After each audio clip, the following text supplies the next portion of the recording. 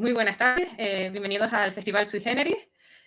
Soy Cristo Gil, coordinadora de SGM Arte, y bueno, quería comenzar pues con una presentación bastante especial para mí porque me estreno pues con una conversación con uno de los artistas más interesantes que tenemos dentro de la vanguardia española actual, que es Noé Serrano. No sé si lo tenemos por aquí esta tarde. Buenas tardes, Noé. Buenas tardes, ¿qué tal? Un saludo a todos, un placer estar aquí con vosotros en Sui Generis. Bueno, mientras se conecta. Bueno, muy buenas tardes, Noé, bienvenido. Buenas tardes, parece que no me veías, pero yo sí te veía a ti. Te decía que Muy nada, que un bien, placer estar bienvenido. con vosotros aquí en Sui Generis. Muchísimas gracias porque sé que tienes mucho trabajo y para mí es un honor que dediques tu tiempo y tus conocimientos y bueno, que me ayudes en esta primera incursión personal en Sui Un Generis placer. Arte, que para mí está siendo toda una novedad. Así que bueno, muchísimas gracias y bueno, aprovecho para agradecerlo también, antes de que se me olvide, pues a Marjorie y a todo el equipo del festival por confiar en mí para esta sección. Bueno, para comenzar, pues me gustaría hacer una breve introducción para la conversación de esta tarde, que va en torno a la anatomía, al cadáver y pues en relación también con la temática del Renacimiento. Así que antes de seguir con Noé, pues vamos a hacer una pequeña breve introducción para ver de qué va todo esto, ¿no? Bueno.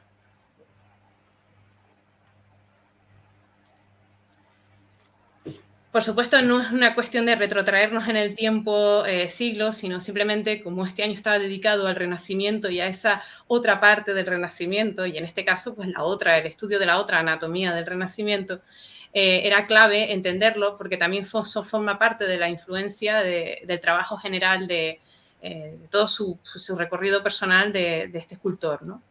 Entonces, bueno, no había pues manera alguna que de comenzar con un periodo histórico en el que la ciencia y el arte se unen a través de una cuestión tan importante como el estudio de la anatomía. Ya se sabe que el Renacimiento, pues por la corriente filosófica, ahora la importancia gira en torno al hombre, ahora todo tiene que tener la proporción en torno a las partes, todas y cada una de las partes del hombre, pues el estudio anatómico se hace pertinente. Ya sabemos que fueron numerosos los artistas y médicos que se dedicaron pues, a sacar luz, a estudiar a la figura humana. Cuanto más nos acercamos a la figura humana, más la podemos entender y más podemos solucionar los problemas. Uno de los buques insignias del Renacimiento, por supuesto, es el gran Leonardo da Vinci, que no solamente fue artista, fue inventor, ingeniero, etcétera, etcétera, y que fue uno de los primeros en acercarse de manera exhaustiva a este estudio de la anatomía, ¿no? Sabemos que era un entusiasta del estudio del cráneo, de la cabeza, también de los ojos, y fue de los primeros en fijarse que lo que marcaba verdaderamente la expresión del rostro era la expresión de la mirada y también lo de la comisura de la boca, ¿no? Aquí tenemos las diferentes partes pues, donde él pues, hacía sus dibujos de anatomía, aunque fueron publicados muy posteriormente y pues, fue a lo largo de toda su carrera artística y científica, donde aúna pues, este carácter científico, no solamente dibujando la obra en sí, las partes del cuerpo, a los cadáveres a los que tuvo acceso, sino también, pues, si no los podía dibujar, los escribía de una manera muy exacta, ¿no? Muy cercana a lo que era pues una verdad científica, ¿no? Por supuesto, no podemos dejar de nombrar, y uno que tomó la mano fue el gran médico y anatomista Andreas Vesalius, o Andrés Vesalius, porque también trabajó pues, para la corte pues, para el Imperio Español, ¿no? Para Carlos V y luego pues, para continuar para su hijo Felipe II, ¿no?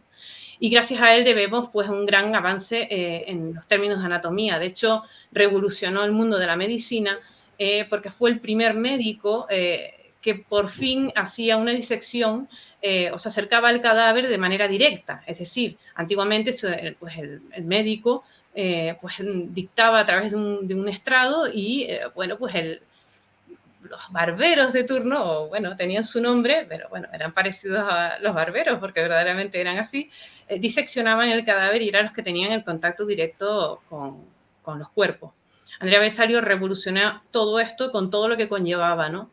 Pues descubrir pues fallos, errores de la anatomía debido pues a médicos como Galeno, que incluso pues dijo que cuerpos, partes del cuerpo del hombre, había analizado pues restos de pues, los cuerpos del cerdo o de animales, donde pues los equiparaba a las partes de los órganos del hombre. Y se descubrió que eso tal no era así. Digamos que hace un compendio, una obra, que es lo que nos vamos a centrar, que es lo más importante, que es de Humanis, hace un manual de Humani Corporis Fabrica, en 1543, ya en su, pues bueno, en un periodo de máximo apogeo, ya trabajando como médico en Padua, aunque él es de origen belga, pues era de la corte de Flandes cuando pertenecía al Imperio Español, se formó en Bruselas, en Flandes y también en parte de París. Como en aquella época el estudio de los cuerpos no estaba legalizado, el bueno de Vesalio, junto con otros compañeros, pues parece ser que visitaba los cementerios para hacerse con el material, porque claro, hay que cómo avanzo, ¿no? Desde luego no era legal, pero se cuenta la anécdota de que incluso pues, se vio peligrar su vida debido a que unos perros rabiosos, unos perros salvajes que se alimentaban, pues creo que tuvo que tener un buen contubernio con ellos. En esa obra es muy importante porque Vesalio pues hace lo que hizo en su día Leonardo da Vinci y utilizó, pues contó con la obra de grandes artistas para la ilustración de este magnífico manual de anatomía, ¿no? Se cree que pues, una de las figuras que más destaca dentro de la ilustración es Stefan van Kalkar, que era un alumno de la escuela de Tiziano. No se sabe si Tiziano participó directamente o si es verdad que hubo otros artistas, por supuesto, pero digamos que este es uno de los nombres que sale de manera más continuada. Incluso sobre todo para las ilustraciones de los esqueletos completos, que tienen numerosas láminas, ¿no? Incluso la ilustración llama la atención porque además adoptan una actitud hasta melancólica, ¿no? Como si fueran vanitas, pues incluso de carácter reflexivo. De hecho, el esqueleto que ven en pantalla tiene una pequeña inscripción pues en el pedestal que pone algo así como el genio seguirá viviendo en tanto que todo el resto a su alrededor estará muerto, ¿no? Y esto era una constante también, pues perseguir, aunque eres médico, estás constantemente pues, topándote con la muerte, ¿no? Y esto pues genera también mucho tipo de reflexión al respecto. Lo que están oyendo de fondo es un madrigal de primera práctica de un compositor de William Villaer, que además pues quise ponerlo porque además es contemporáneo en el tiempo la música y es contemporáneo a Vesalio y además, curiosamente, también viene del norte, viene de Flandes y se instaura en el norte de Italia. Y bueno, el título, Oh dulce vida mía, pues me pareció pertinente colocarlo aquí. Bueno, si seguimos analizando la obra, verán que las diferentes posturas que adoptan es interesante a nivel también dentro del campo del arte, cómo coloca las figuras, porque también pues el propio Vesalio describía cómo colocaban los cadáveres, cómo los suspendían para poderlos dibujar con mayor precisión, las partes de las musculaturas, de los huesos, etcétera, ¿no? Aunque también, bueno, pues aquí lo veremos de diferentes maneras. Es interesante también pues todo el paisaje que le colocan alrededor, que también pues creo que era Domenico Campanola quien lo realizó, parece ser, y parece ser que se inspira en una ciudad cercana a Padua, ¿no? Es algo que, bueno, a lo que se apunta. Una cuestión que me gustaría destacar antes de seguir y llegar a entrar en mano con Noé, es que, por ejemplo, el propio Vesalio decía que había muy pocos cuerpos dentro del campo de la ginecología, pudo abarcar con muy pocos cuerpos de mujeres. De hecho, se cuenta que en las disecciones públicas que hacía, pues pudo hacer autopsia a una niña de 6 años violada, a una mujer embarazada asesinada y a una mujer ahorcada, pero que era muy poco material de los restos de cuerpos femeninos, ¿no? Esta escasez, pues, tiene unas circunstancias sociales históricas X, que ahora no podemos contar, pero que tiene, pues, una razón de ser. Desde luego, esta obra, pues, marcó un precedente y, por supuesto, fue el manual para los artistas de anatomía, por lo menos que se sepa hasta principios del siglo XIX. Y yo creo que incluso hoy en día también. Por supuesto, la figura de los muertos, las figuras de los desollados, como por ejemplo San Bartolomé en el juicio final de la Capilla Sixtina del gran Miguel Ángel Buonarroti, pues fue un referente iconográfico. La figura del San Bartolomé desollado es un perfecto referente pues, para que un médico anatómico pues te plasme, un artista que trabaje para un médico anatómico, te plasme pues, en las partes de los músculos sabiendo que tiene la piel desollada. Que sepan que esto fue un referente iconográfico para muchísimos artistas que vinieron posteriormente, incluso en la era actual. Como por ejemplo, pues esa idea se fue repitiendo, como con la ilustración que está atribuida a Gaspar Becerra, del anatomista español Juan Valverde. De hecho, fue una constante pues la colaboración entre artistas y médicos, la ciencia y el arte. Y esto es algo que, bueno, hay que debérselo al Renacimiento. Por supuesto, los estudios de anatomía de Miguel Ángel Buonarroti también fueron destacados, con esa precisión de la musculatura, de la tensión de los cuerpos, hasta incluso en la propia escultura. Y bueno, digamos que toda esta herencia del Renacimiento, por supuesto también de otros tiempos y de otros estilos, la tenemos reflejada en nuestro invitado de esta tarde, Noé Serrano, cuya conversación hemos querido titular Renacimiento, la luz en los cadáveres y tiene un sentido. Muy buenas tardes, Noé. Buenas tardes. Bueno, aquí magnífico. te digo. Me quería invitarte también porque mientras indagaba acerca de tu trabajo y acerca de ti, de pues, cómo concebías tú la obra de arte, pues vi muchas concomitancias, muchos paralelismos con esa obsesión analítica que es algo que te caracteriza, ¿verdad? Y con tu estudio exhaustivo de la anatomía llevada a toda tu obra, ¿no? Sí, yo quizás no me gusta hablar de referente, ¿no? Porque al final uno no tiene un solo referente en su trayectoria, ¿no? y en su vida, sino que uno es parte de muchísimos referentes. Pero sí es cierto que en esos muchos referentes siempre hay varios que destacan. Y Leonardo, pues Leonardo ha destacado siempre. Y ha ido destacando con el tiempo cada vez más, ¿no? Porque te vas redescubriendo a ti mismo, tu forma de ser, tu admiración por un personaje, por las cosas que hacía, cuando tú comienzas tu vida y tu propia pelea de buscando tu obra y buscando el conocimiento, te das cuenta, te vas reflejado absolutamente en esos referentes, ¿no? Y particularmente el mío es Leonardo. Estupendo. Mira, estamos viendo en pantalla unas imágenes que nos has cedido, fantásticas, en plena faena en tu taller. ¿Qué estamos viendo, por ejemplo, en este caso, ¿no? Sí, eso... quizá una de las cosas que tengo en común con Leonardo es que soy una persona que me gusta profundizar en el conocimiento y hacer mis propias técnicas, y le dedico muchísimo tiempo al desarrollo de técnicas y de materiales.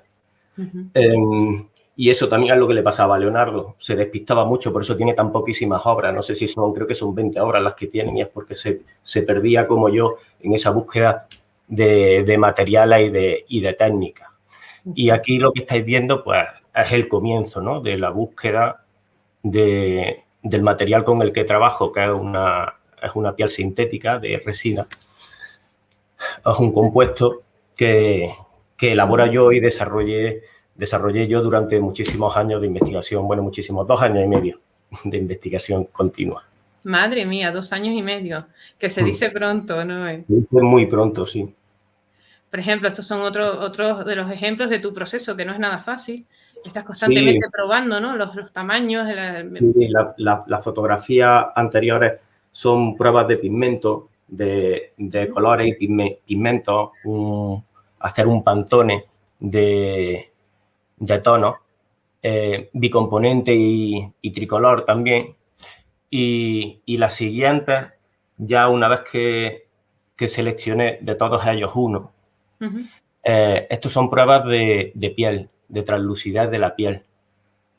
No es el mismo color, pero con diferentes translucidez. Entonces, claro, la piel no solo es un color, sino que es una textura, es una translucidez, es una vibración. Es fascinante. La translucidez es una cosa que me llama muchísimo la atención. Aquí estás como en un proceso, ¿no? De trabajar sobre los detalles, ¿no? Sobre la última parte de la creación de la pieza, que es la policromía. Uh-huh. Uh-huh. Y bueno, ahí le estoy, particularmente ahí le estoy colocando las venas, sí. Me preguntan mucho sobre las venas, ¿no? Porque se utiliza, hay muchos avances actualmente. Y yo cuando comencé, me recomendaron el aerógrafo para hacer las venas, porque sale muy bien. Y compré un aerógrafo bastante interesante que no usé. Al final lo guardé sin usar y volví al pincel. O sea, que hay cosas... Sí, artesanía pura y dura. Sí, artesanía, porque además muchas veces nos peleamos, queremos buscar la última herramienta cuando la herramienta de siempre es la que funciona y no es insuperable. Cierto, para algunas veces es tan insuperable que insuperable herramienta e insuperable técnica. Desgraciadamente, una de las cosas que hemos perdido es ese ansia de conocer que tuvieron en el Renacimiento con los estudios de anatomía y que me hacen sentirme solo dentro de un mundo en el que yo creo que deberían de estar todos los artistas. Exacto. Los sanatorios, las facultades de medicina, los zoológicos, biología tendría que estar llena de artistas cuando no hay nadie. A mí me viene muy bien porque eso me hace más fácil el que me abran las puertas. Pero es una lástima y eso se ha olvidado también, ¿no? El profundizar, el ir más allá. Es increíble porque a veces puede ser que normalmente de un artista se le espera que sea transgresor, aguerrido, ¿no? Que tenga un espíritu abierto y quizás a lo mejor puede ser, una pregunta, que puede haber un tema tabú social, tema tabú occidental con el tema de la muerte, de los tanatorios, del acercamiento a los muertos. Pues yo creo que no, yo creo que es más bien la falta de interés. Se ha generalizado la mediocridad de una manera que ha desplazado a esa ansia de conocimiento y a todo lo que te trae el esfuerzo y el profundizar en todo tipo de disciplinas, ¿no? Yeah. Sí. Y suena así un poco, ¿no? Porque luego la gente tiene la piel muy fina a la hora de que hablas de mediocridad o hablas de... Pero es eso, no es ni falta de interés, ni tabús, ni... Es más miedo a no saber a dónde llega y se está muy cómodo, en vez de peleando, se está muy cómodo en la mediocridad. Sí. Y yo la mediocridad es que no me ha gustado nunca, no he estado cómodo nunca, entonces no he tenido más remedio. Estoy más cómodo en los depósitos de cadáveres que en la mediocridad. Me parece muy bien. La mediocridad también a veces por modas, ¿no? Por asentarse en algo que es lo que se lleva, a lo mejor, que es lo que a lo mejor les va a generar fuente económica rápida a veces en muchos de ellos, ¿no? Sí, bueno, también cuando hablo de mediocridad se simplifica mucho, ¿no? Pero yo hablo de una forma muy ¿cómo decírtelo? Hablo de mediocridad en un concepto muy simple. Luego cuando uno toma decisiones, aunque haga cosas mediocres, pero sean llevadas por unas decisiones razonables, es maravilloso. La mediocridad no es mala en sí. Okay. Es malo el acogerte a la mediocridad y perder el avanzar o el tener otros caminos, ¿no? Exacto. El adormecimiento. Eso es fatal para un artista, por otro lado. Eso es lamentable para cualquier creador. Es la muerte del artista. Científico. Bueno, aquí vemos detalles de tu proceso, de cómo lo haces. Aquí te vemos en tu taller. Sí. Que por cierto a todo el equipo nos tiene, o por lo menos a mí me tiene fascinada, ese taller al estilo, vamos, más puramente siglo XIX, con todas las probetas, los botes metidos en esos armarios, me parece una maravilla. ha ido poco a poco con los años convirtiéndose en más un laboratorio que un taller de escultor, sí. Exacto, taller laboratorio, exacto. Mm. Aquí tenemos, por ejemplo, otro de los detalles de las partes. Esto lo que estáis viendo es el modelado. Exacto. Y hay avances en todo. Siempre tiene unos avances materiales, avances en herramientas, y todas son válidas siempre y cuando uno sepa utilizarlas. Aquí, por ejemplo, esto es plastilina. Se ha pegado un avance grandísimo en la plastilina. ¿Esto es plastilina? Esto es plastilina. Y antes, claro, o sea, un escultor habla de un escultor y el escultor normalmente el concepto es que trabaja con barro, pero actualmente la plastilina ha ganado un campo muy importante. Es increíble, no me lo imaginaría que fuera plastilina, vamos, Sí, como hemos plastilina. avanzado en el tema de los materiales. Sí, muchísimo. Por ejemplo, aquí tenemos, pues, pequeños... Están hechos con material, diferentes tipos de materiales, las calaveras, ¿no? Sí, yo vas probando y vas utilizando distintos materiales según los moldes o según cómo te pille el momento de tener que reproducir de forma inmediata, y por eso suelen variar en los talleres el producto con el que se realizan las copias, ¿no? Estos son reproducciones de individuos reales, ¿no? Genial. Me parece una maravilla. La anatomía humana y animal, como hay arriba. Efectivamente, las partes de las pezuñas. Moldes, ¿no? De las pezuñas, de las manitas. En distintas posiciones para ver el movimiento. Aquí tenemos, por ejemplo, un molde, ¿no? También de... Quizás otro molde de un mandril. Exacto, del mandril, que lo veremos. Es un mandril. Y aquí, pues igual, son fetos con los que estuve trabajando hace ya un tiempo y que están conmigo aquí en el taller desde ese entonces. Fascinante. Por ejemplo, aquí te tenemos con los restos de un animal, ¿no? No sé exactamente lo que es. Creo que era un jaguar. Un jaguar, ¿verdad? Creo que era un jaguar. Fascinante. Claro, tú tienes el libre acceso a este tipo de cosas porque, claro, es fascinante, que para ti es muy interesante tomar contacto directo con el resto, hacer el molde, ver los movimientos, las formas del hueso, bueno, cómo va quedando, ¿no?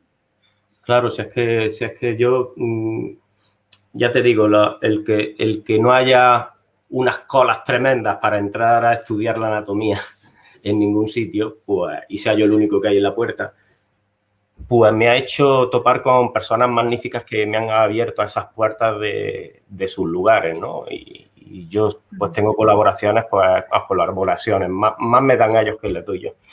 En veterinaria, medicina, zoológico, animalario, facultades de biología. Sí, que es donde puedes tener acceso a diferentes tipos de animales que no se dan normalmente. Y los que se dan normalmente, allí es donde es el sitio donde debe de ser. Si yo tengo que hacer el estudio, por ejemplo, de un perro, pues lo más fácil es facultad de veterinaria. Exacto. Por ejemplo, aquí te vemos con el mandril, ¿no? Es el mandril que habéis visto antes. Y claro, todo tiene un proceso. Mi estudio es de anatomía a partir de la piel. El pelo para mí no es importante. Entonces, lo primero que empiezo yo con los cadáveres es rasurándolos completamente, que es un trabajo a veces casi imposible. Madre mía, porque rasurarlo, que tiene poco pelo ni nada, te va a llevar lo suyo, ¿eh? Sí, desde luego. Sí, las leones no sé lo que tienen, pero es terrible quitarle el pelo, sí. Sí, porque es un pelo muy pesado. No sé, yo creo yo he llegado a la conclusión de que será porque es un pelo tan fino y tan espeso que la máquina es que no hay forma de que entre. No hay forma. He preguntado a veterinarios pero claro, es muy difícil dar con un veterinario que haya tenido que operar o que tratar con un león. Exacto. A ellos no se les suele dar el caso, entonces no han sabido resolverme, pero yo creo que es eso, la finura del pelo y la densidad. Qué fascinante. ¿Qué impresiones tienes cuando entras, por ejemplo, a una morgue o cuando llegas a un lugar donde pues, están los animales fallecidos, ¿no? Donde pues entras a examinarlos y los médicos pues accedes con ellos, ¿no? Me imagino, y te dejan pues tocar las partes con cuidado, eso sí, ¿no? Me imagino que tendrán un protocolo. ¿Tu primer contacto, cómo fue eso? Mi primer contacto fue en la Facultad de Bellas Artes de Sevilla, que el profesor de anatomía dio la posibilidad a los alumnos de asistir a clases de anatomía en la Facultad de Medicina. Y fui el único que fui. ¿En serio? El único que llegó fui yo. Así que ese fue mi primer encuentro en el depósito, ¿no? En una clase de anatomía con cuerpos, concretamente una parte, un pie. Fue mi primera incursión. Y poco después, muy poco después, meses o semanas después, se desarrolló un proyecto de investigación para la enseñanza de reproducciones, eran reproducciones en resina anatómicas para la enseñanza. Y el profesor en ese proyecto nos lo propuso a varios alumnos de allí de la facultad y esa fue mi primera incursión en los depósitos, sacando reproducciones y moldes a cadáveres. Y ahí sí había un protocolo, ahí ya sí, pero bueno, cuando va pasando el tiempo y vas cogiendo confianza ya el protocolo se rompe y viene lo interesante, que te dejan solo con los cadáveres. Y eso sí es más potente. Una sensación que tiene que ser, me imagino que tiene que ser, a ver, un poquito, me imagino que te encogerás al mismo tiempo porque estás en contacto con la muerte directamente. A mí me ha hecho reflexionar mucho, muchísimo. Y además no es que ya que es allí te pongas a filosofar, porque tú vas allí a trabajar. Exacto. Pero van pasando cosas. Tú estás solo allí con los cadáveres y van pasando cosas. Tu mente juega contigo y el cansancio y las cosas. Y entonces vas reflexionando, pues el cadáver te capta tu atención y piensas mucho no solo en la vida y en la muerte, sino en la fragilidad de la mente, en situaciones, por ejemplo, no sé, yo cuando estuve con los fetos sacándoles muestras, fueron muchísimas horas de trabajo. Porque normalmente cuando yo me meto en los depósitos, me meto del tirón hasta que termino. Y suele ser día, noche y día. O sea, suelo estar aquí unas 36 horas, 40. Vamos, que es una pasada de horas, ¿eh? Y las madrugadas, las noches, llega un momento en que los cadáveres te hacen que los mires de otra manera. Te hacen que los mires, normalmente la gente piensa que al final son objetos, ¿no? Es lo que yo pensaba también. Pero no son objetos porque tu cerebro sigue reconociendo esa piel y sigue reconociendo cosas que hacen que los veas vivos o que los sientas vivos todavía, ¿no? En los niños concretamente era imposible, eran nonatos, no habían tenido padres ni madres, ¿no? En teoría, o sea, habían tenido, pero no, ni esas padres ni esas madres, ni esos padres ni esas madres los habían cogido nunca en brazos.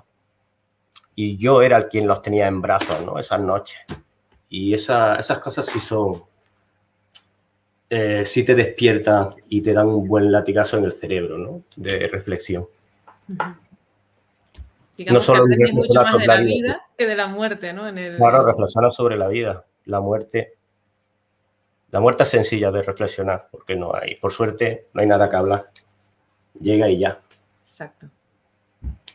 Exacto. Bueno, aquí... Es maravilloso. O sea, yo llego a los depósitos como una catedral. Llego agradecido a los cadáveres, a quien me abre la puerta, pero sobre todo a los cadáveres y a quien ha hecho posible que ellos estén allí. Y no sé, y intento que mi trabajo sea lo más respetuoso posible y sacarle el máximo partido para que merezca la pena que el estar ahí sea para algo, ¿no? Para algo más que si lo entierran en un agujero y se pierde, ¿no? Exacto. digamos que para ti esto tiene una especie de carácter incluso ritual, ¿no? Porque es sagrado para tu trabajo, para lo que tú has nacido, ¿no? Que es para Para tu mí arte. para mí es imprescindible. Es imprescindible porque ya no es porque sea capaz o no de hacer mi escultura sin tener ese tipo de referencia tan exacta, sino porque con el tiempo, o sea, el ansia de conocimiento lo que hace es meterte en su jaula. Tú tienes ansia de conocimiento y vas focalizando, te va alimentando y vas sintiendo cosas positivas y al final te meten en una jaula que está llena de TOC, está lleno de trastornos obsesivos compulsivos por todos sitios. Y a mí la cercanía con los cadáveres, el analizarlos, el estudiarlos, el compararlos, para mí es una necesidad. No te sabría elaborar tampoco, si tuviera que hacerlo de forma numérica, quizás el estudio de anatomía en una obra mía puede suponer perfectamente, sin exagerarte, el 70% del trabajo. Y eso es mucho trabajo de estudio de anatomía solo con cadáveres. Es la base, es que...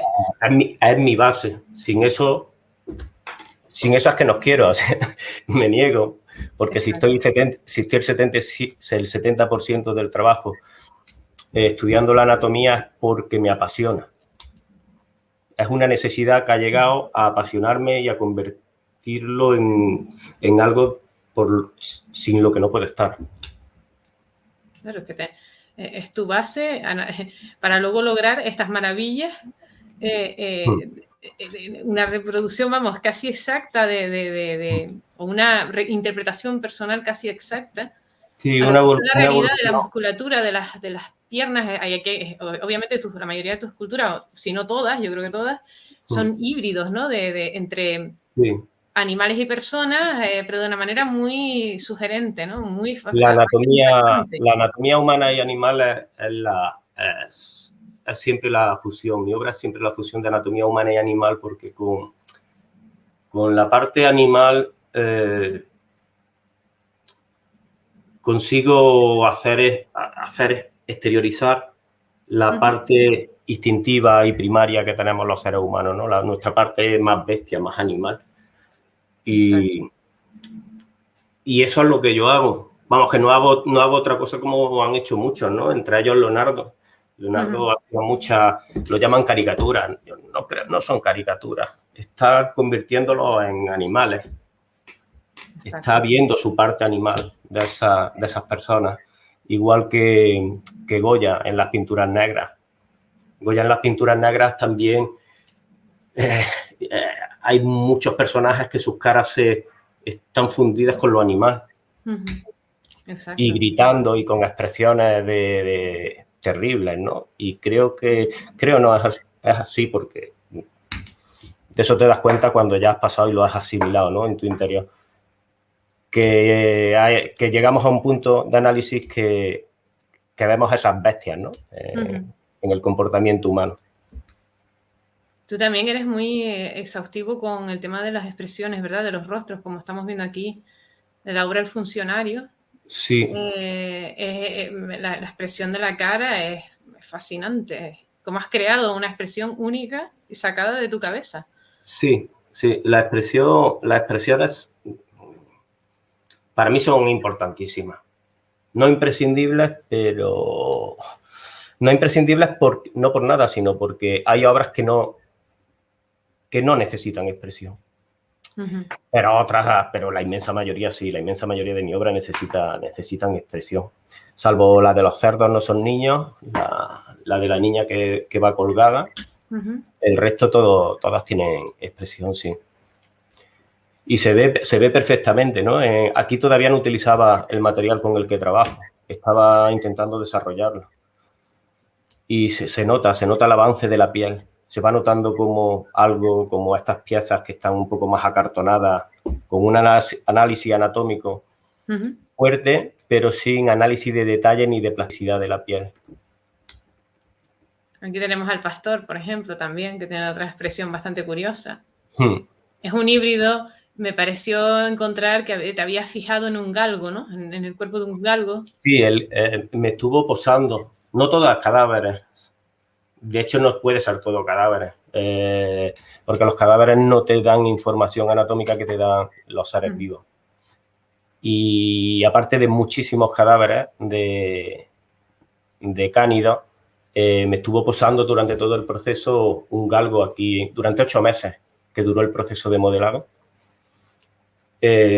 Lo tuve pues aquí conmigo, posándome a diario. Mimadito como un buen modelo. Sí, sí, además era tan maravilloso, fue tan maravilloso que me negué a modificar nada de su estructura anatómica.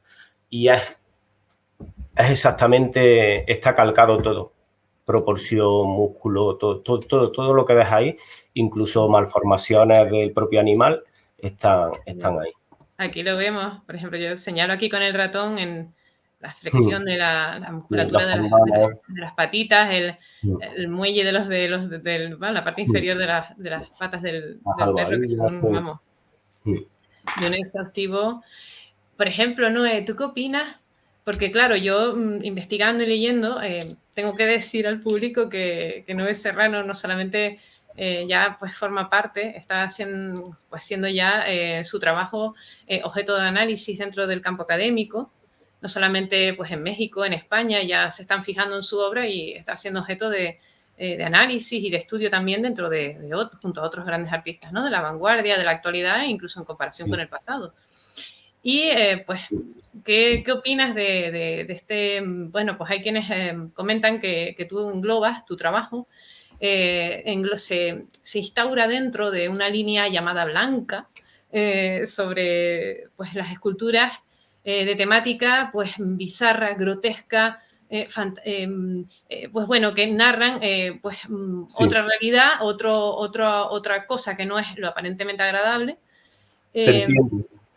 Pero que por ello no perdía inquietud y no perdía profundidad, ¿no? Que incluso estas obras, que al principio, pues que no muestras unas vísceras ni muestras el terror directamente a la cara, incluso por ello no significa que no pierda, que no tenga intensidad temática y que no impacte incluso a la larga, ¿no?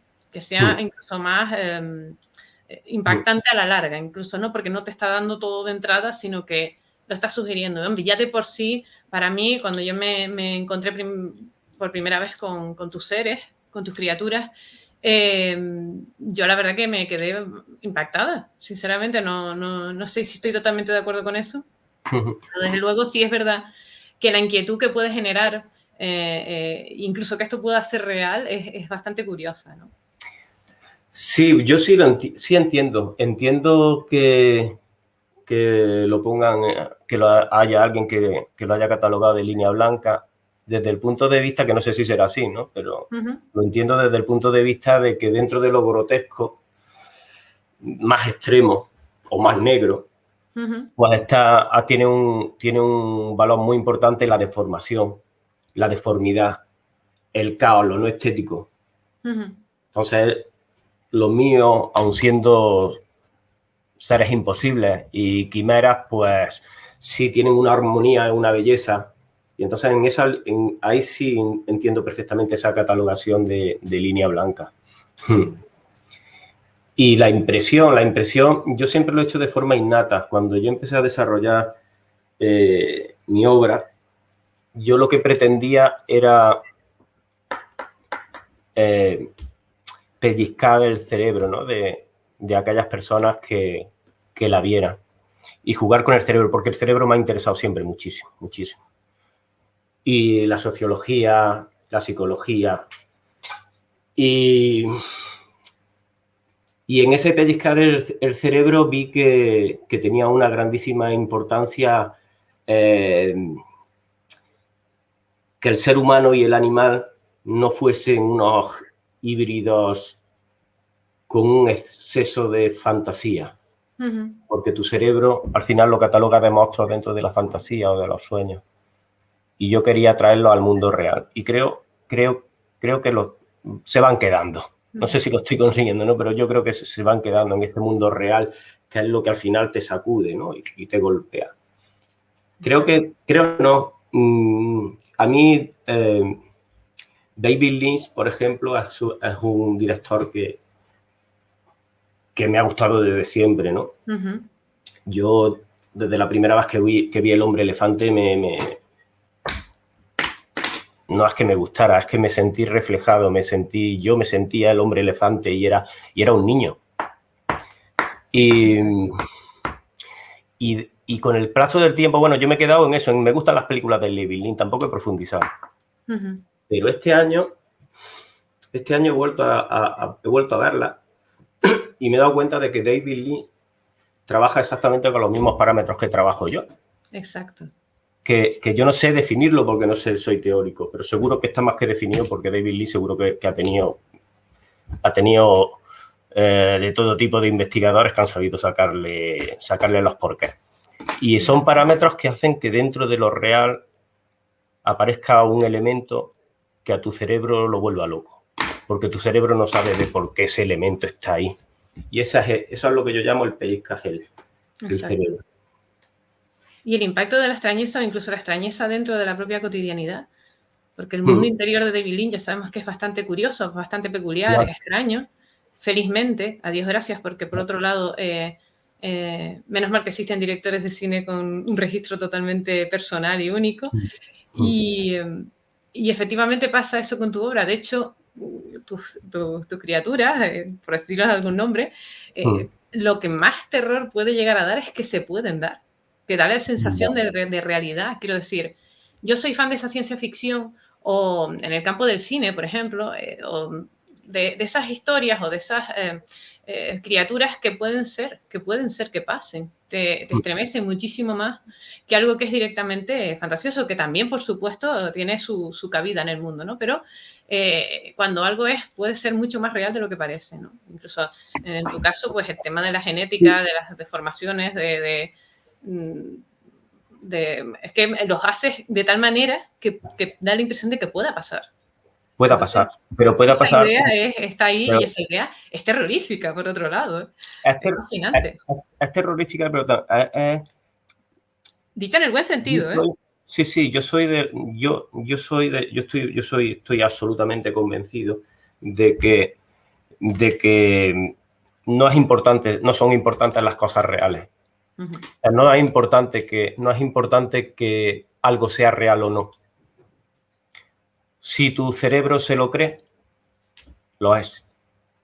Exacto. Todo lo demás que te cuente no sirve para nada. Y creo que en mis piezas pasa eso. Creo que en mis piezas el cerebro de la gente, por ejemplo, ve a una niña colgada. Ve a una niña. Y cuando se acercan y ven las pezuñas de cerdo, más allá de que en un futuro pueda existir o no una cosa así, el que lo ve lo siente como real actualmente ya. Exacto. Y ese es el juego el contacto con la obra directo. Con la obra. El hecho de que tú hayas conseguido que parece que la piel, parece que la vas a tocar. Y como decía Antonio García Villarán, parece hasta que suda, ¿no? Al ser solo le falta moverse y sudar, ¿no? Me pareció fascinante, ¿no? Efectivamente, lo haces tan tremendamente estudiado, real, porque partes de modelos reales, que hace que te lo creas exactamente, ¿no? Y puede ser y por qué no, ¿no? En ese momento, ¿no? En el momento del contacto con la obra. Eso es lo fascinante, ¿no? A veces. Sí, y el estudio, insisto, ya no es solo el estudio formal, sino el análisis y el tener en cuenta lo que es la percepción humana. Es muy importante en mi trabajo eso. Sin eso no tendría sentido. Tampoco. Exacto. Aquí, por ejemplo, y hay veces que en los nombres pongo esas reflexiones, las lanzo en los títulos de las obras. Esta concretamente se titula Los cerdos no son niños. Claro, ahí están viendo ahí quien ve eso, habrá quien vea un niño con pezuñas y habrá quien vea algo que no es un niño. Exacto. que es más un cerdo que un niño. Es el rechazo al diferente, ¿no? Que es algo tan humano, ¿no? Tan miserable y tan humano. Y a mí esas cosas son las que complementan a esos estudios de anatomía y los que me hacen avanzar en esos estudios de anatomía y me empujan. Si no, también perdería bastante el sentido. Exacto. Por ejemplo, aquí tenemos pequeños detalles de la reproducción, ¿no? O sea, de los detalles del trabajo. Sí.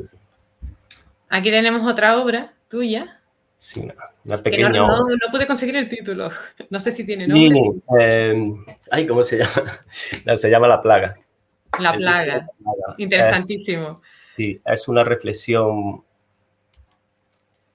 sobre el poder de las minorías.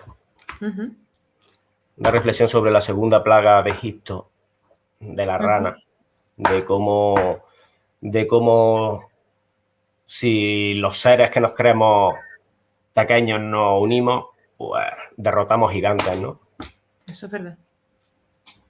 Fascinante. Sí, hay mucho toque de crítica y de ironía, ¿no? En el trabajo también. Juegas mucho también con eso. Aquí tenemos detalles que también quise colocar, pues un poco para que el público lo viera con un poquito más de... en todas sus dimensiones, ¿no? Por todas sus partes. Esta pieza mide 6 centímetros de altura. Tamaño real de una rana. Quizás la más pequeña que tienes hecha. Sí, es la más pequeña, pero ahí se puede dar claramente que mis estudios de anatomía, si yo dedico, no sé, si yo dedico 5 meses de estudio de anatomía, se lo dedico a una pieza de 2 metros y una pieza de 6 centímetros, al mismo tiempo. Así que el tamaño es indistinto a la hora de dedicarle tiempo al... Es indistinto y además... de la obra, ¿no? Que al fin y al cabo... Cuanto más pequeña, claro, cuesta un poco más. Es más difícil de analizar y de estudiar. Pero bueno, es cuestión de tiempo. A mí me fascina. De hecho, me comentaste cuando preparábamos esto, que quizás es la más... la menos reflexiva. La más distinta que tienes dentro de tu... ¿no? De tu trabajo. Es la menos reflexionada. Yo todas mis esculturas las reposo, las dejo reposar, porque también de forma obligatoria, ¿no? Porque como le dedico tanto tiempo a una pieza, pues las ideas se van amontonando. Y cuando terminas una pieza después de un año, año y medio, pues ya tienes varias ideas muy maduras y vas cogiendo esas ideas maduras que te empujan a trabajar. Nunca he cogido una idea, una ocurrencia de un día. Nunca. Pero sí. Esta sí. Esta fue una ocurrencia, sabía que se salía en cierta medida del rollo que llevaba yo, de lo que tenía en la cabeza y en las ganas, pero era un momento en mi vida en la que necesitaba escupir. Necesitaba soltarme, no pensar tanto y hacer algo menos pensado y menos reflexionado. Exacto, salir a lo que surgiera, ¿no? Surgiera lo que surgiera. No por eso menos dedicado el tiempo y menos énfasis en los estudios de anatomía, que está. La rana ha sido la pieza la escultura más pequeña que tengo. Pero este ha sido el animal más pequeño que yo he analizado. Fue un análisis de anatomía también muy curioso. Un caracol, que vamos. Ya ves, un caracol. Pues a mí es una de las obras que curiosamente me llaman la atención. Será que yo también soy fan del calavera, de la temática de los huesos, pero me la asocio a muchas cuestiones y me parece bastante curiosa la obra, ¿eh? Sí, muy iconográfica. Eso sí tiene la obra. ¿No? La obra tiene una potencia visual curiosa, ¿eh? Muy fuerte, más fuerte que muchas de las otras, Aquí tenemos... también pongo adredes partes del detalle para que la gente se dé cuenta, al público, que el tremendo detallismo que tiene hasta los huesos de la calavera. Aquí la parte porosa. Mira, aquí puedes ver que esta es la única pieza en la que no hay nada de pigmento en lo alto de la resina. Las otras piezas están, ya con mi resina, están maquilladas, no lleva pintura, pero es como una especie de maquillaje muy poquito, lleva tan poquito que al final es como un maquillaje. Pero esta no lleva nada y todos los matices que se ven de piel están conseguidos con el material y con la técnica con la que he reproducido la pieza. Incluso se puede ver el ojo, se puede ver el iris y la vena del ojo por dentro, pues eso es real, eso no está pintado. Es increíble, increíble. Aquí otra de tus piezas. Sí, esta ya siempre he mezclado 2 especímenes y aquí mezclé 3. Es mi particular visión del superhombre de Nietzsche. Entonces tenemos la parte inferior que son de camello, las piernas de camello, las patas de camello más las jorobas y luego las manos delanteras, las patas delanteras son patas de león y ya la cabeza de niño. El superhombre. Fascinante. Fascinante. Desde luego. Bueno, si Zaratustra levantara la cabeza se volvería a morir. Vamos, hereda algo. Sí. Bueno, una interpretación actual. Aquí tenemos los detalles de esa preciosidad con... Bueno, es una pequeña dentro de del detalle que tiene muchísimo detalle. Mucho estudio de anatomía. Aquí, por ejemplo, está ser metido dentro de una especie como de cápsula, ¿no? Es el conejo blanco de Alicia. Madre mía, madre mía, madre mía. Ahora me estoy dando cuenta, sí, efectivamente. Sí. Es que no se veía bien al principio y cuando claro, me lo acabas de comentar y pues... Esta es la escultura que más ha marcado mi vida o que más está marcando mi vida o más se ha quedado dentro de mí, ¿no? Porque desde un principio era un retrato psicológico mío, era un autorretrato. Y era un periodo de mi vida en el que me sentía así, metido en el taller, sí, encapsulado. Había estado más de una década metido en el taller, dedicado solo y exclusivamente al trabajo, en la que me encantaba trabajar solo, pero el cerebro es frágil cuando llevas tanto tiempo solo trabajando en cosas tan duras, ¿no? En piezas que se tardan 1 año, 1 año y medio, eso es muy duro ser constante. Y una pieza detrás de otra. Entonces, llegó un momento en el que yo me sentía así. Lo hice como sensación, ¿no? Como necesito eso. Y era esto. Y conforme fue pasando el tiempo,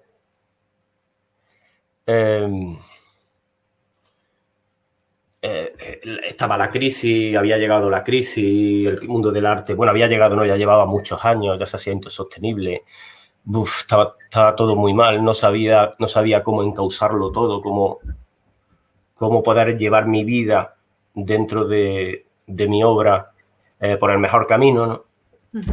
Y eran muchos días de reflexión y de sentirme así. Y una noche, mirando la escultura aquí en el taller, se me iluminó el cerebro, o sea, y me di cuenta de que si había estado todo el tiempo ahí delante mía, me había estado viendo constantemente durante meses y meses encerrado en esa cápsula.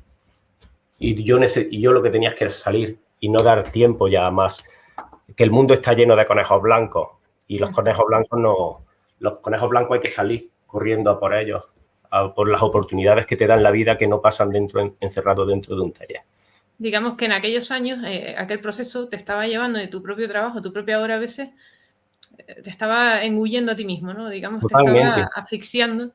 Totalmente. Pues lo que estás viendo en esa escultura, ni más ni menos, así es como estaba y así. Y gracias a esta escultura y al que mi cerebro saltó esa noche, le le mandé un mensaje a David Martín y a Monse de DDT, la empresa de efectos especiales que ganó el Oscar por El laberinto del fauno.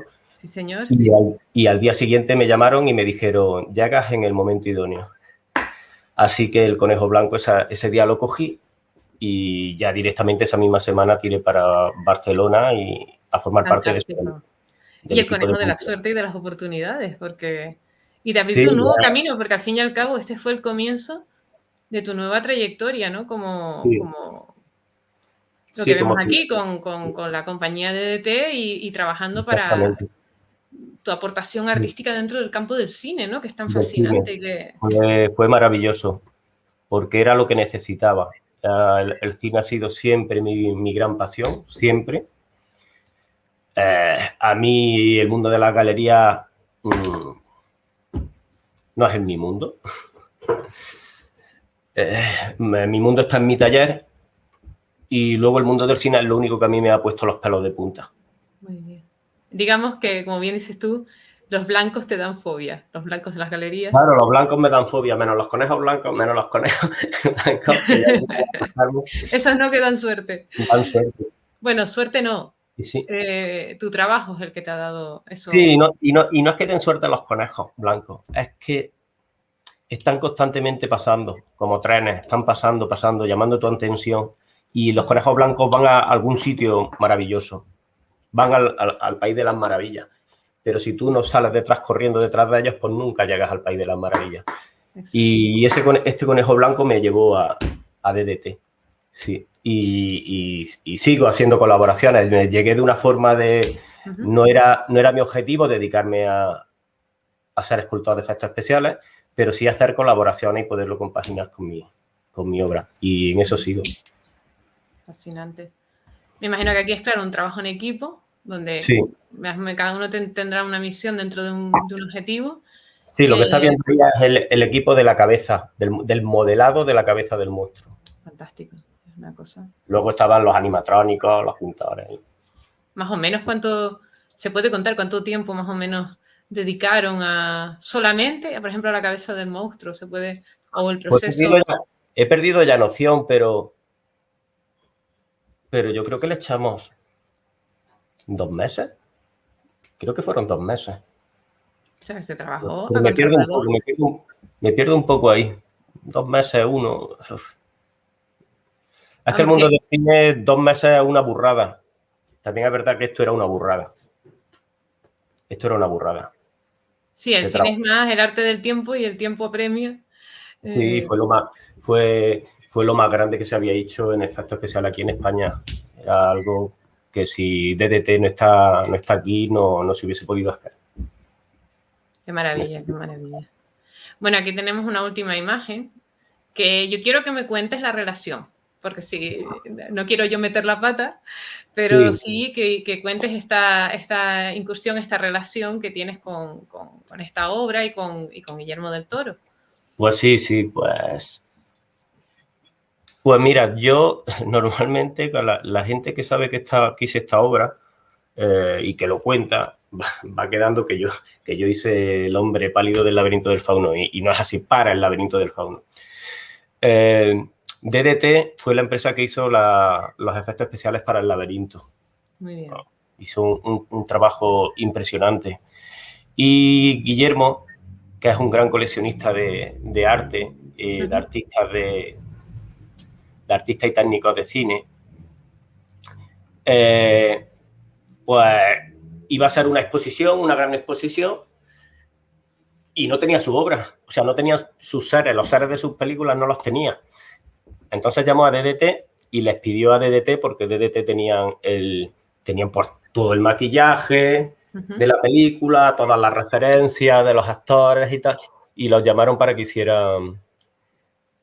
les pidió que hicieran sus personajes, ¿no? A escala real, en escultura. Y bueno, pues David y Monse, los directores de DDT, me llamaron para este maravilloso encargo. Para mí fue maravilloso. Porque es un personaje que... son de esos personajes que la primera vez que lo ves claramente que es un icono absoluto. Exacto. Y ahí ha quedado. Y es maravilloso, fue un reto importante, sí.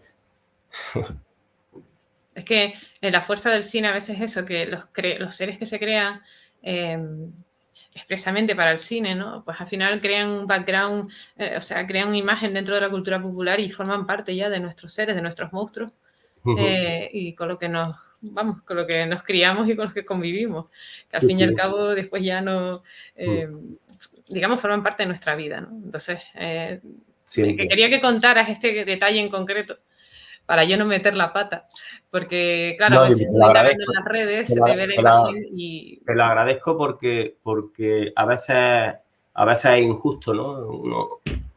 El que no se matice, ¿no? No siempre puede uno matizar, pero a veces es injusto, ¿no? Porque hubo unos técnicos, unos escultores, unos modeladores maravillosos haciendo este personaje en concreto, hicieron un trabajo fantástico, insuperable, y el trabajo del laberinto del fauno es suyo. Incluso yo lo que he hecho es la escultura, basándome en su trabajo, la escultura para la colección de Guillermo. Muy bien. Y gran parte de esta escultura es también de esos escultores, porque yo he subido con toda la honestidad y toda la franqueza sobre sus hombros, ¿no? Muy bien, muy bien.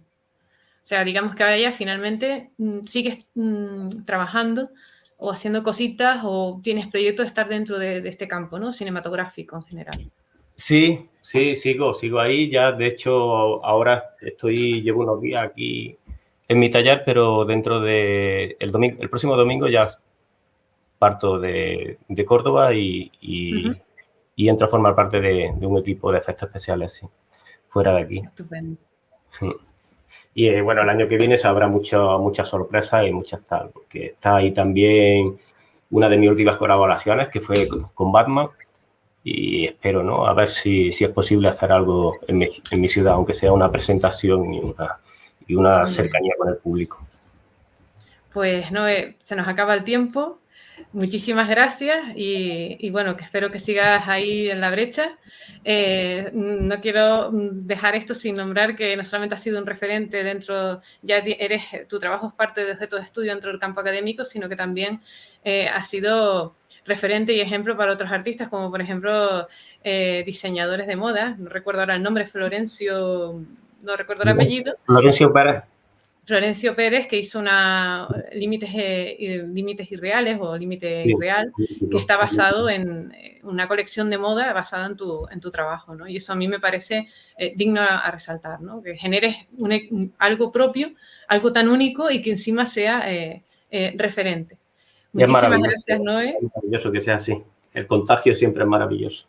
Y nada, y agradecidos de que nos dejes esta tarde pasar en tu taller laboratorio. Muchísimas gracias. Muchísimas gracias, Cristo, a ti y a Sui Generis Madrid. Un abrazo, nos vemos.